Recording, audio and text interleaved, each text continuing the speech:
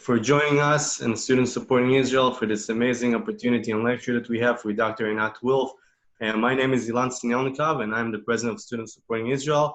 And with me, we have also Sophia Witt and Ilan Chargo and Valeria Chazen from SSI National. I also would like to say a big thank you to Ofir Dayan, the president of SSI Colombia, that connected us to Einat and made this lecture possible. So thank you as well. Now, a little bit about Students Supporting Israel. We started at the University of Minnesota in 2012 as a little student club, and we kept on growing in the Midwest. And until today, 8 years later, we have about 50 active chapters in the United States and Canada, with thousands of students involved all over North America and students who promote Israel on campus. Our mission is to be a clear and confident pro-Israel voice on college campuses and to support students in grassroots advocacy. So thank you as well to all the students that joined us and all the community members who support SSI in our work. Now, before we begin, it is important for us to mention that today it's the Memorial Day for the fallen soldiers in Israel. So we would like to take a quick 30 seconds for a moment of silence before we introduce our speaker today. So please join me quickly for 30 seconds of a moment of silence for the fallen soldiers in Israel and the victims of terror. And we'll start right now.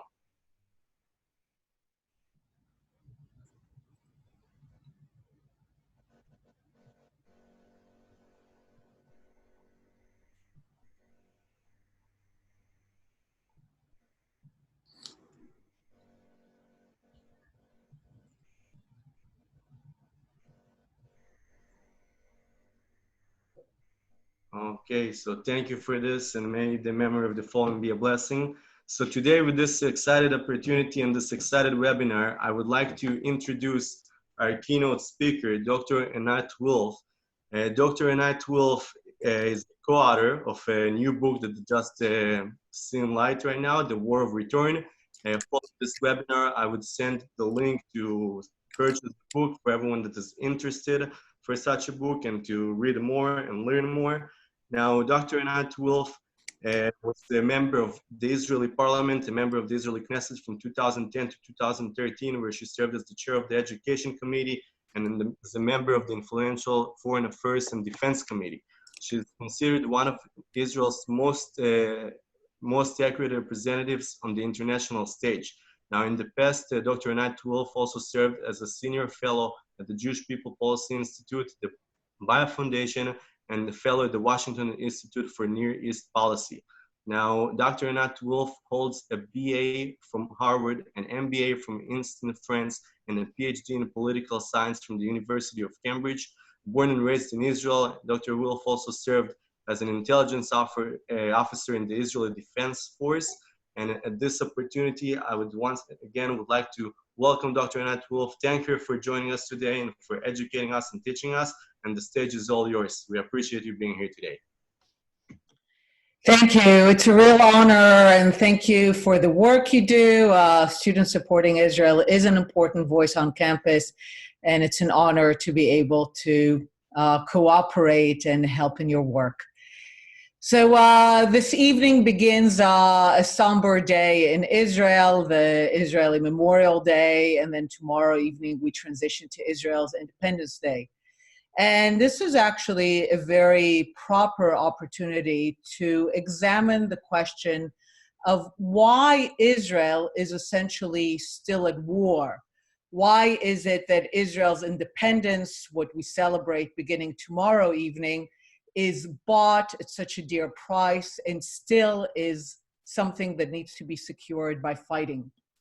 Now, the notion that Israel is a country that has secured its independence by fighting through war is intimately connected to the fact that Israel is very much a country that seeks peace. And I grew up very much in the Israeli peace camp. My parents were members of the Labor Party, voted. That is the environment in which I grew up in. And for the question of peace, when I grew up, we had an answer. There was a simple solution, and the idea was that Israel can trade the territory that it captured as a result of the Six-Day War, the 1967 war, meaning the Sinai Peninsula, the Golan Heights, the West Bank, and the Gaza Strip. that Israel can trade them, and in return, Israel can expect peace. This was a very elegant, simple equation, which was known as the land for peace formula. And for many, many years and decades, the peace camp in Israel believed that this was the answer. Israel will hand over land, Israel will get peace. And for a while, this formula seemed to work beautifully.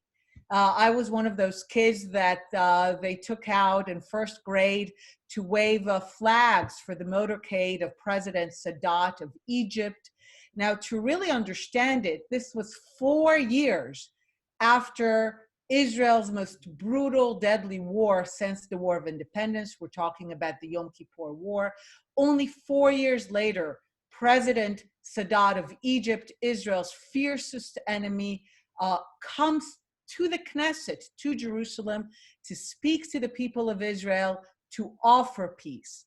And within 2 years, he's basically he gets the entire Sinai Peninsula to the last square inch, and we have land for peace. More than 40 years later, we can have an interesting discussion of whether what we have with Egypt today could be called peace. But at the time, this was proof that the formula is working. We hand over land, we get peace. The 1990s were a time of euphoria. The feeling was that of a domino of peace. We are handing over the land. We're discussing with the Syrians over the Golan Heights. The Jordanians gave up their claim to the West Bank, so we signed a peace agreement with them. And of course, the key, we're discussing with the PLO, with the Palestinians, over the future of the West Bank and Gaza. And the feeling in the 90s, the euphoria was that peace is around the corner. We're putting this elegant formula of land for peace to the test, and it's passing with flying colors. This culminates in 2000. Ehud Barak, the head of the Labor Party, goes to Camp David, which is symbolic. It's where peace with Egypt was signed, in order to propose to the Palestinians that they should have a fully independent state, controlling its borders in the West Bank and Gaza, with a capital in East Jerusalem. People forget it now, including parts of the old city. A fully independent Palestinian state in the West Bank and Gaza. And this was considered at the time a bold proposal. Some people today would say reckless. But growing up with the idea of land for peace, with the idea that especially the Palestinians wanted to end Israel's military occupation of the West Bank and Gaza, started since 1967, that they want an independent state. The feeling was, this is it. They're going to say yes, they're going to take it, and we're going to have peace. But the word yes was nowhere to be heard.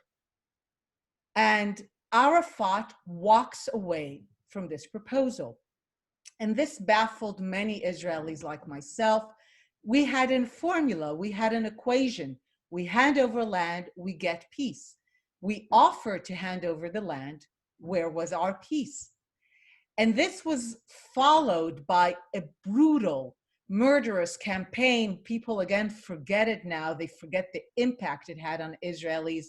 Entire families, children were being blown to bits for going out for pizza, for meeting with friends in a cafe.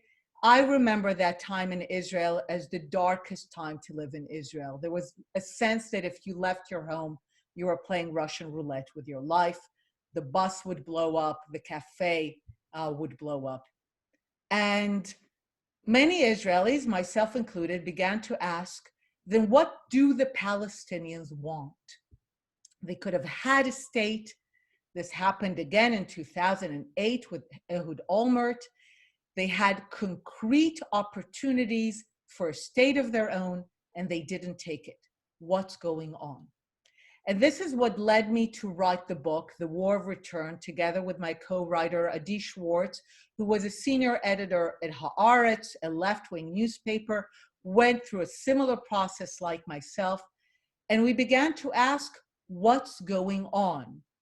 And we increasingly focused on this issue of the Palestinian refugees. We realized that this is where the answer is. That the question is, how is it that from a war that ended more than 70 years ago, the Israeli War of Independence, unlike any other war in the 1940s, even in the 50s, 60s, throughout the world, how is it that we have today, in the present, millions of people who claim to be refugees from a war in which they didn't participate, from a land in which they never lived, and who demand to be settled in that land in what they call return? And to make it short, the bottom line, the answer we realize is that the war is not over. From the perspective of the Palestinians, from the Palestinian refugees' perspective, Israel's war of independence is not over. And this is especially relevant as we reflect today on the price that we have paid for Israel's independence, not just during the War of Independence, but in repeated wars, and in the fact that Israel today still does not have fully peace, even with countries with which it has official peace, like Jordan and Egypt. And what we realized is that at the core of the conflict remains still the Arab vision, and especially the Arab-Palestinian vision, that a sovereign Jewish state in the land of Israel, in any part, in any size, 5% or 50% or 70%, is not a legitimate entity. And in many ways, it's considered a provisional entity. The Palestinian notion that the war is not over means that from their perspective, they're still living in 1948. And even though the battle might have been won by Israel in 1948 and again in 1967, it's merely a battle. The war, from the Palestinian and Arab perspective, can still be won for the Arab side, which means that the consequences of Israel's war of independence in the form of an independent sovereign state for the Jewish people could and should still be undone. And when that is understood, when it is understood that from the Palestinian perspective, the idea of return, which they claim is a right, but it's not, but the idea of return is paramount. It's more important than independence. It's more important than statehood, which means that if the Palestinians face a choice, which they have repeatedly faced from 1947, even before, and certainly since, the choice that they faced said, look, you can have your own sovereign, independent state in part of the land. But the price is that the Jewish people who have a historical connection to the land, who are not foreigners, who are not colonial interlopers, but indigenous people to the land, they too will have a state, a sovereign state in the other part of the land. This has been the deal, this has been the price for decades now. And every time the Palestinians are very clear in their answer. The answer has been no, no, and to quote Abu Mazen, 1,000 times no, because the purpose of the Palestinian national movement has never been, unlike the purpose of the Zionist movement, to attain a sovereign state for the Arab Palestinians, even in part of the land. The purpose has always been to ensure that there will not be a Jewish sovereign state in any part of the land. And that means that faced with the choice of a Palestinian state in part of the land, but having a state for the Jewish people in the other part, the choice has been to continue fighting, to say, why should we compromise now? Why accept the humiliation of a sovereign Jewish state on what they consider their exclusive land? We will fight some more, another generation, another 2 generations, another 10 generations, but ultimately Palestine from the river to the sea will be ours. And this means that when Palestinians speak of the right of return, they don't think of it as some bargaining chip to be bargained away for an independent state, because if this were the case, they would have bargained it a long time ago for an independent state. It's actually the other way around. It's an independent Arab-Palestinian state that repeatedly gets bargained away for the purpose of continuing to fight for return. And one of the things that we emphasize in the book is that this is certainly the Palestinian ethos, but the greatest obstacle to peace has been the Western indulgence of the Palestinian ethos, has been the fact that countries like the US, the UK, all of Europe have been indulging this Palestinian vision of from the river to the sea, under this view that somehow Palestinians don't mean it, it's merely a bargaining chip. And what we demonstrate in the book, if I'm allowed to say, is rich in historical research, and it really shows that from the beginning, the Palestinian demand for return was merely a continuation of the war of independence by other means. And over time, as the possibility of winning Israel by war became less and less likely, the idea of return became the key, the main point by which Palestinians and Arabs are hoping to undo the 1948 Israel's war of independence. And I'll end by saying that the Western indulgence of this Palestinian vision has many reasons. One of them I've come to look at as a kind of neo-colonial attitude in which Palestinians are considered to be deprived of agency. I have often met with European diplomats, journalists, who engage in something that I've come to call, I've invented a word for that, which is called West-plaining. We all know what mansplaining is by now. West-plaining is the same thing as when Western diplomats and journalists and others basically explain away what Palestinians have just said. Just like mansplaining is about women not having agency to think for themselves, West-plaining is about depriving Palestinians of agency, that what they say is what they mean. And what we show in the book is that to the Palestinians' credit, what they say is what they mean. When they insist that they have a right of return, they're serious about it.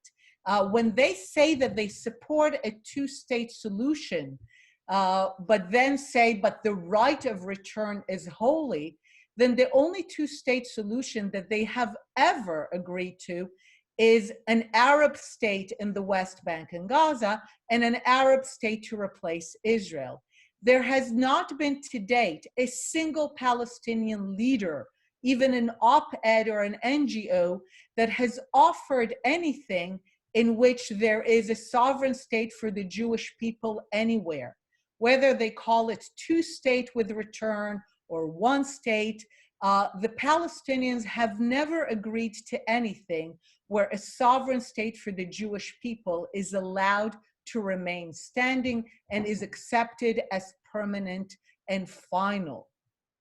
So one of the main arguments we make in the book is that if we are ever to get to peace, and in that sense, this is still a book written by members of the peace camp, is that if we are ever to get to peace, Western and of course Arab indulgence of this Palestinian notion of from the river to the sea has to stop. There is very much, in my view, place to support a Palestinian vision of statehood in part of the land, but there is no room to continue indulging an Arab-Palestinian vision which wants all of it and basically sees no room anywhere for an independent state for the Jewish people. And certainly as we mark today Israel's Yom HaZikaron, our Memorial Day, and tomorrow our Independence Day, I think this is a very sobering but maybe also hopeful message that we can have going forward. Thank you.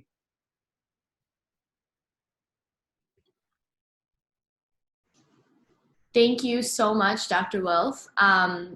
I just want to let everybody know that if you have questions, please put them in the chat and I will read them aloud. I also wanted to say that this, what we were talking about today is an issue that we raise on our campuses all the time. And if you want to learn more about that, please visit ssimovement.org. And we will also link Dr. Wilf's book on our social media and our website. And so I will start reading the questions for you if you are ready. All right. Certainly. So the first one is from Michaela. The Israeli peace camp, as well as many progressive students on campus, just seem to turn a blind eye and completely ignore the fact that the Palestinians simply refuse to accept a Jewish state. We hear from the river to the sea on campus all the time. How do you offer an approach to these people? How to explain to them what essentially you wrote in your book, as they seem to just ignore the realities on the ground? So this is the most difficult challenge that we're facing. I talked about this neo-colonial attitude, the tendency to deprive the Palestinians of agency, to somehow explain away the fact that when they say from the river to the sea, they're very serious about it. What at least we try to show in the book is the scope of it, because once you are aware of the history, then it's very hard to explain it away.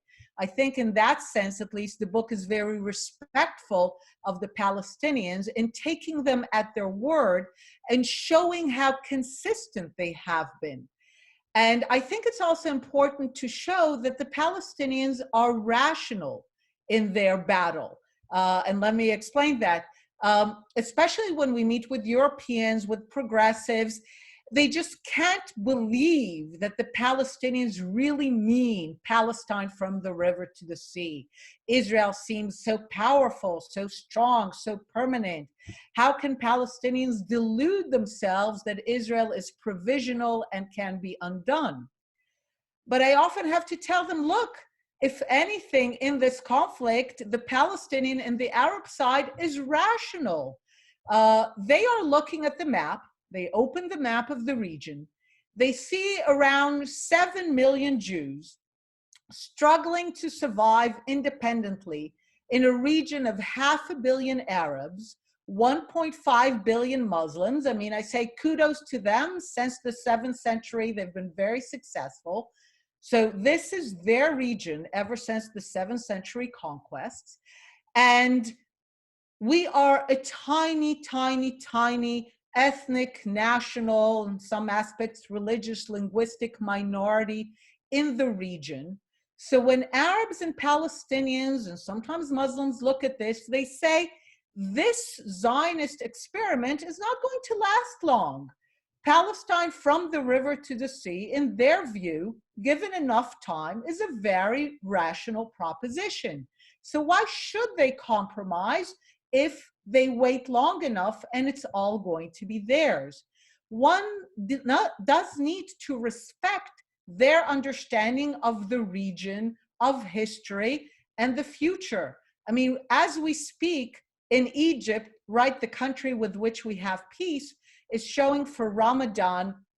I mean, for decades, Egypt, even as it has peace with us, has been the greatest exporter to the Arab world, to the Muslim world, of anti-Semitic content.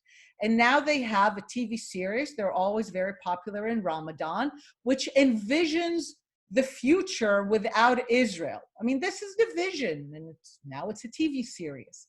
So they're very rational in their view that a tiny Jewish minority cannot last in an Arab and Islamic region. And they are only going to come around to accepting us as an inherent legitimate indigenous part of the region after they have tried everything else. It's not going to happen until they exhaust every other option, from war to return. This is why the book is called The War of Return. So for me, the approach to people on the left, to those on the West, is to ask them to be respectful of the Palestinians and take them at their word. Take them seriously. Look at the history, look at how they envision the future, and understand that they're serious about it. And ask them that when they ask Palestinians, especially on campus we see it, Palestinians always speak in words like justice, like rights. And when a Westerner hears justice and rights, they have a certain notion of what this means. But from the Palestinian perspective, and we showed historically in the book, justice, there's only one kind of justice. And this is why it's called Students for Justice in Palestine. It's not called Students for an Independent State of Palestine in the land, or it's not called Students for a State of Palestine, for justice, because in their perspective, the only justice they can accept is correcting the injustice, which is in their mind is the very existence of the state of Israel. It's a very annihilationist vision of justice that needs to be exposed. When they speak of rights, it's not some generalized universal sense of rights. They speak of the right of return. Again, no sovereign state for the Jewish people. So I think the key issue is to open that up, to expose it, to show the history, and in my view, to introduce a new idea of what being a progressive is. Being a progressive, in my view, is accepting that people, groups have agency, and that when people say something, they mean it. Thank you. The next question is, could you please explain why there are refugee camps within Judea and Samaria? And what are the statuses of refugee camps in other Arab countries? How is the refugee status inherited? So this is the greatest absurdity. If we begin to dive a little bit into this whole notion of what it means to be a refugee, from the actual refugees from the war of 1948, and by the way, there were Jewish refugees and Arab refugees on both sides of the ceasefire lines. The Jewish refugees, of course, became absorbed into the state of Israel. They're not refugees today. The Arab refugees insisted themselves, there's a vision that they were pawns by others, but they're not. They insisted themselves on remaining refugees in order to send a message that they do not accept the outcome of the war. It's important to show, and we show it in the book, throughout the 1940s, not to mention the first half of the 20th century, 50s, 60s, refugees from wars just move on. They don't sit by the border looking for the war to be undone. If they do so for a year or two, but ultimately they move on, they settle wherever they are, they build new lives. The Palestinians remain the only refugees in the world who refuse to move on, because again, in their mind, the war is not over. So they remain refugees, and they were able to force the hand of the UN and the Western world to create an agency specifically for them, UNRWA, the United Nations Relief and Works Agency, that creates an entire structure that says that they are still refugees, even though today we are speaking about a fifth generation, millions who have never been in the war. They were born after the war, and yet they still consider themselves refugees from the war and from Palestine, where they never lived. Now, 2.2 million of them live in the West Bank and Gaza, under the Palestinian Authority and under Hamas. Whatever is your vision, they live in Palestine. Whether you think Palestine should be from the river to the sea or an independent state in the West Bank and Gaza, certainly they are in Palestine, and certainly in the Palestine that much of the world today recognizes. Almost all of them have been born in that Palestine. The vast majority of them don't even live anymore in the refugee camps, which by now are not these tents. They're houses, they're neighborhoods, some of them slums, but it's not temporary abodes. And they live in Ramallah. So we have today middle-class lawyers living in Ramallah who are registered with UNRWA as refugees from Palestine. And this, until a few years ago, was funded by the US. The UK is still funded by Europe, by Australia. So which Palestine are they refugees from? They were born in Ramallah. They were born in Gaza. They're in Palestine. Why are they considered and certainly view themselves as refugees from Palestine?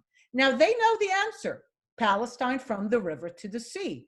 The fact that they were born in Ramallah is not good enough. They need to have Haifa. They need to have Jaffa. They still keep the idea of the specific village of where their great-grandfather was born.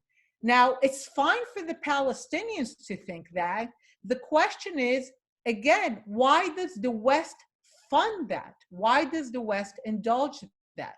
And especially when we speak of the Palestinian Authority. The Palestinian Authority controls the areas where those refugees live. The Palestinian Authority provides schooling and healthcare for the citizens of the Palestinian Authority, for Palestine. They do not supply healthcare and education for these great-grandchildren of the refugees. Why? Because the Palestinian Authority itself is not really a state in the making. If it were merely a state in the making, it would have dismantled those refugee camps long time ago.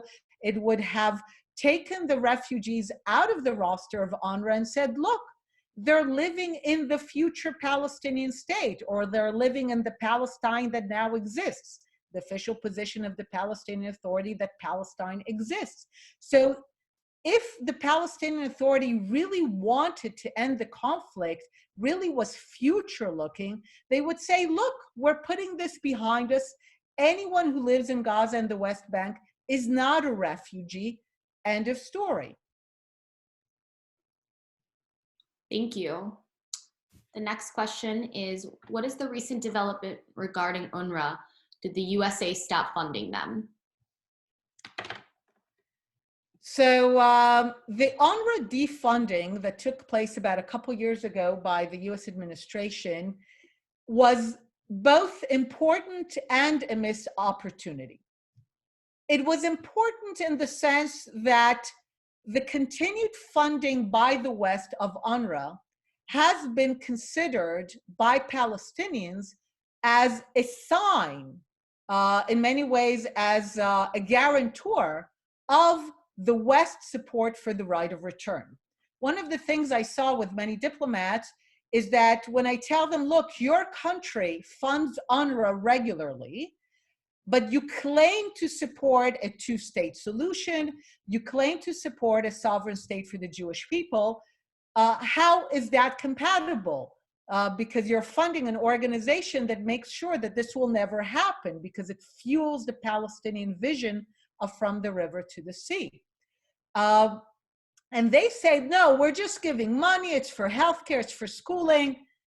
But the Palestinians are right. The Palestinians say, when America gives us money, when Norway gives us money to UNRWA, it means that they support our right of return.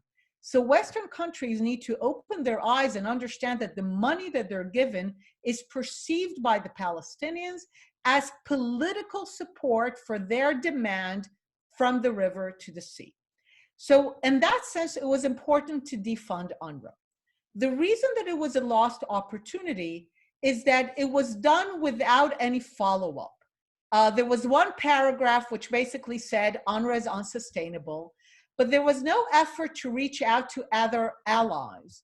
And Adi and I know from our work that countries like the Netherlands, Switzerland, even the UK, Australia, would have been willing to go along if the US had made the case to them that they're going to defund UNRWA because they no longer want to indulge this message of from the river to the sea, and they're going to work to find other ways to supply the healthcare and education services through the Palestinian Authority, through the Jordanian government, through other organizations that do not fuel this Palestinian vision.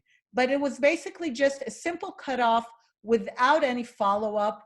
And what happened is that European countries rushed to fill in the money.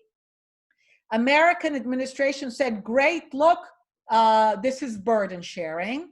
But when I meet with European diplomats, they all expect this to be short-lived. They expect there to be a new American administration which will bring back the funding. They don't see it as a real change in policy, and they don't understand or accept the underlying rationale.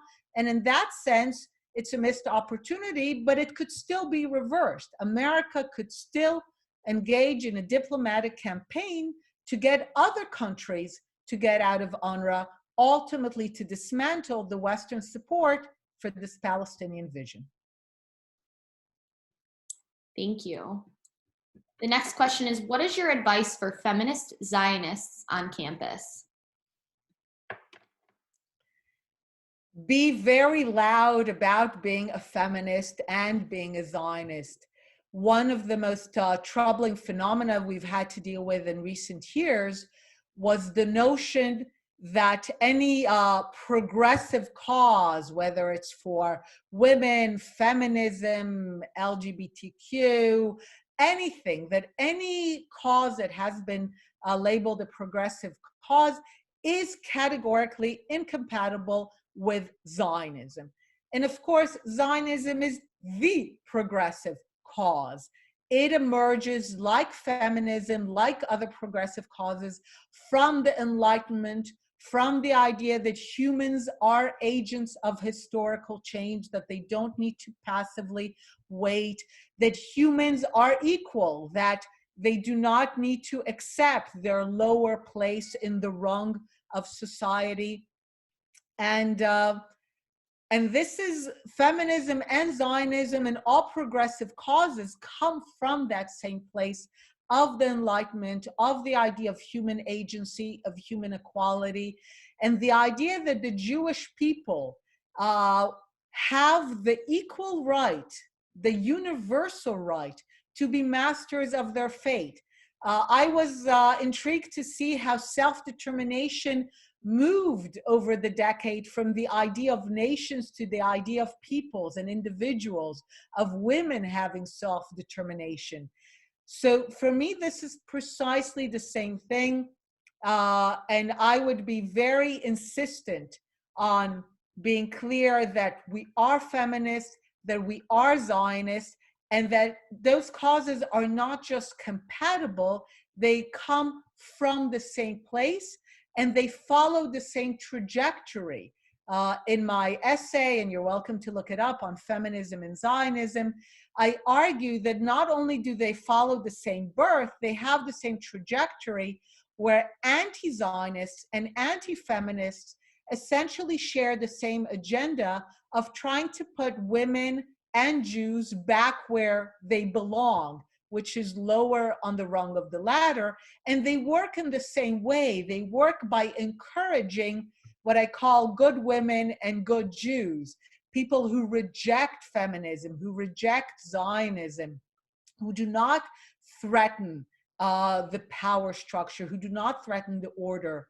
And we need to understand that for many, many people and societies and civilizations, the idea of Jews who are masters of their fate, who can defend themselves by themselves, rather than having to appeal to the others to decide whether they live or die, mostly die, this is still something that doesn't make sense in terms of history. So for me, certainly in my personal sense, being a Zionist and being a feminist is very much the same thing. It's about demanding your place in this world as an equal and as a self-determining person. Thank you. The next question is, I have felt for many years that official Israel has not understood the war of ideas that they are up against and was failing at this front in the war. Is Israel at the government level coming around to this understanding and moving to develop a sophisticated capacity to wage this aspect of the war? The short answer, of course, is not yet. I could argue that some steps are being taken in that direction. But by and large, I can tell you from over a decade of kind of talking about these issues and banging on doors, and even as a member of Knesset, raising them in the Foreign Affairs and Defense Committee, the notion that ideas can be dangerous is something that carries less currency in Israel. The positive reason for that is the Israeli military. When we didn't have a state, our best people made our case. You know, we had people like Herzl and Weizmann and Abba Eban who knew to tell a great story on the international stage so that we would have friends and support to slowly build our state. As soon as we were able to have our state, our best people moved to defending it. And today we mark the loss of many of those best people. And in many ways, we're still there, that our defense rests on sending our best people to the Israeli Defense Forces, maybe to be economically strong. But the notion that we need to defend ourselves on the level of ideas is not as immediate and as pressing as it was before we had a state. And as a result, even when the Israeli government takes it more seriously, you do not see the kind of focus and investment that you see on defending Israel militarily. And in many ways, you on campuses are feeling this much more than Israelis in Israel. And I think this is one of the reasons, if not the major reason, that an organization like Students Supporting Israel has grown so quickly, because you are really feeling that you are on the front lines of this war of ideas, and it is on the front lines. The arena is now taking place in places like Western campuses, and it's much less felt by the average Israeli here, defended by the military. Thank you. The next question is, the progressive left in the US is getting louder with regard the right of return, while there seems to be a great deal of fatigue of that narrative from the Gulf Arab countries. How do you reconcile this difference? I call it a tragedy or an irony. At the moment, when the Arab world is beginning to be, shall we say, less enamored with the idea of getting rid of Israel, you're seeing more and more voices in the Arab world. They're still not the dominant voices. The day that they will be the dominant voices is the day we will have peace. But we're seeing voices today that we never heard before, and they appear on television. They write op-eds. They're not hiding, where they say, enough. What's the story? Why do we have problems with Jews in this land? Islam accepts all three scriptures. You see voices in the Gulf states and Saudi speaking of the Jews not as foreigners, not as the traditional narrative of the interlopers, the foreigners, the colonialists, but as indigenous people. So, and these have to do with changes in the Arab world ever since the so-called Arab Spring with Iran. Again, they're not the dominant voices yet. Still, the Ramadan TV series envisions a world without Israel, and that's considered a positive vision. But these are new voices, and they're being heard. But the tragedy and irony is that as this is happening, which is bringing us closer to peace, you're seeing many in the West rushing in to say, no, no, keep fighting for your rights, the right of return. Keep fighting for justice, means no Israel. And the tragedy is that if we are ever to have peace, the Palestinians need to be deprived of the fuel to keep fighting for Palestine from the river to the sea. They will only compromise if they feel that they no longer have the fuel to keep fighting for all of it. And as the Arab world is beginning to pull away some of that fuel, the West is continuing and even increasing that fuel.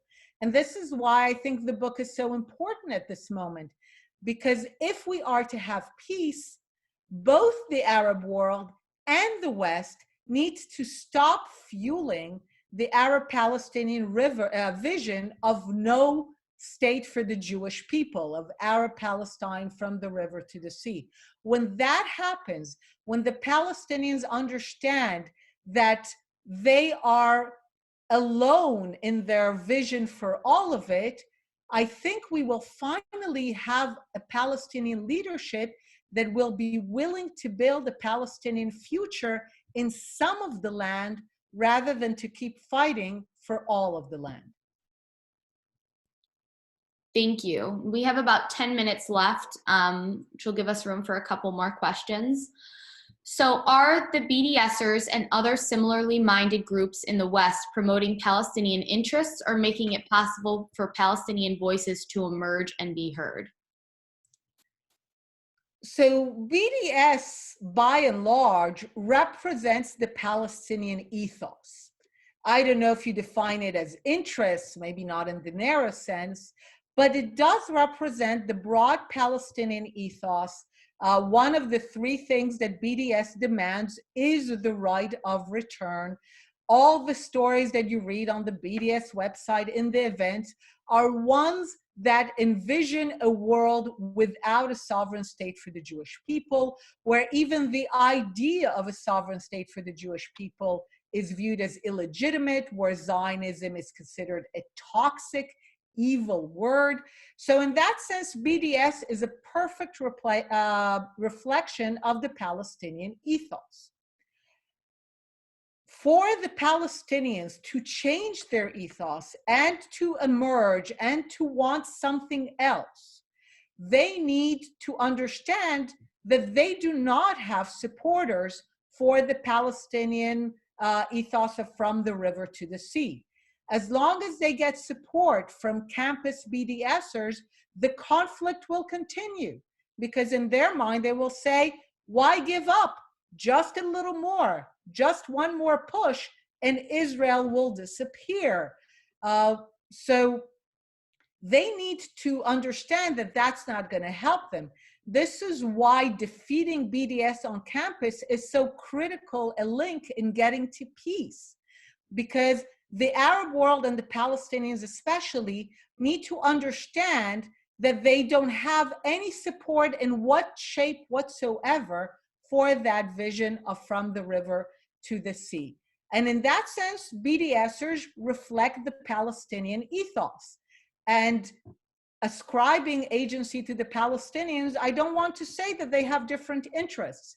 If they think their interest is to keep fighting another 10 generations from the river to the sea, then right now, that's how they define their interests. If we want them to ever define their interests differently, we need to stop indulging their current vision. Thank you. So the next question is, you proposed what seemed very realistic solutions in your book. Michaela enjoyed reading it. Are there any concrete plans in Israel to make your suggestions a reality? Any committees formed to deal with the situation of UNRWA and the refugees? So one of the major problems we have within Israel is that the security establishment is still very much stuck in a view that UNRWA is terrible, but it's the least bad solution. So many Western countries that fund UNRWA tend to quote the Israeli security establishment to say, look, what do you want from us? They tell us that, you know, by funding UNRWA, we're preventing worse things to happen.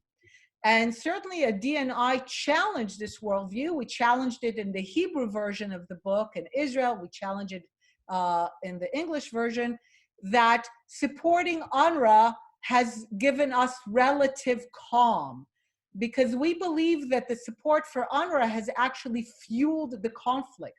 We don't think it's an accident that the places where the vision of being a refugee is the most powerful, which is in Gaza and in Lebanon, are the bloodiest places and some of the bloodiest wars that Israel had to fight. So we continue to work here in Israel for change, and in parallel with the US, with other countries. And we certainly hope that the book will help push this idea that we need a different policy, that continuing the current situation is not good. It doesn't buy us peace. We've lost many, many Israeli soldiers and civilians to the Palestinian battle for return in Gaza, in Lebanon, in the West Bank. If we want peace, we need to stop sustaining this vision, and it's an idea that we're trying to promote in Israel and abroad. And the book is, of course, a major part of it. Thank you. So this is probably the last question. It says, UNRWA says persons displaced as a result of the 1967 and subsequent hostilities are not registered as Palestinian refugees, but receive the same services as the Palestinian refugees. How is it possible or legal? So the question of legality is really very frustrating, because one of the things we've seen, and we show it in the book, is that UNRWA has created this legal closed loop. Because UNRWA is still, amazingly, after 70 years, still a temporary organization that is excluded from all the UN decisions that have to do with refugees, from the organization, the United Nations High Commissioner for Refugees. UNRWA basically is excluded from all of them. A Palestinian refugee is not the same status as a UNHCR refugee. And UNRWA has created this loop where whatever UNRWA decides is legal because UNRWA decided it, and no one else has jurisdiction over the Palestinians. So this is why in the book and here in the talk today, we highlight the absurdities, because when you compare it to other conflicts, when you compare it to other refugees, when you compare it to the policies of the United Nations High Commissioner for Refugees, UNRWA comes out as entirely absurd. If I were to say a scam, but because it's created this closed loop, whatever UNRWA decides becomes legal by UNRWA. And there's no external way to determine it, because the United Nations General Assembly has basically said there are refugees everywhere in the world and they have clear standards, and there's UNRWA refugees. That's why UNRWA can continue this scam of registering more than 5 million people as refugees, even though by any international standard, they would not be considered refugees today. Well, thank you so much. I think that's all the time we have, especially with these in-depth questions. We really appreciate you taking the time to speak with us. And I suggest that everybody reads Dr. Wilf's book. And again, we will link it so that everybody is able to access the link for that.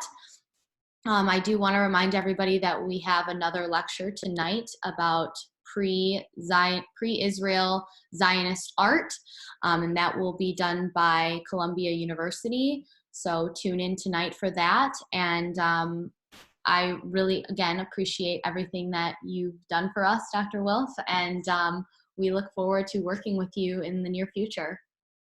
Thank you for your great work, and thank you for having me. It's been an honor. All right. Thank you everyone for joining. And we will upload this to YouTube. It's also on our Facebook if you missed any parts of it. Thanks everyone for joining. Thank you.